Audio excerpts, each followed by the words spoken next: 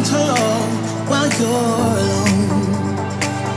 When I think about the way we used to be, when I think about the things you took from me, I know that I am sorry. Mình sẽ sự lớn hơn.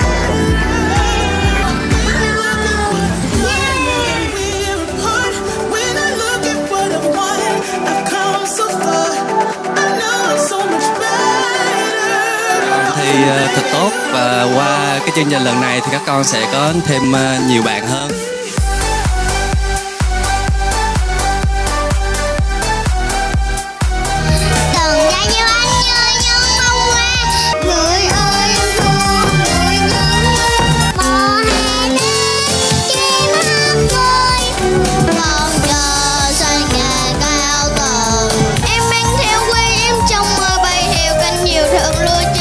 Em muốn làm ca sĩ,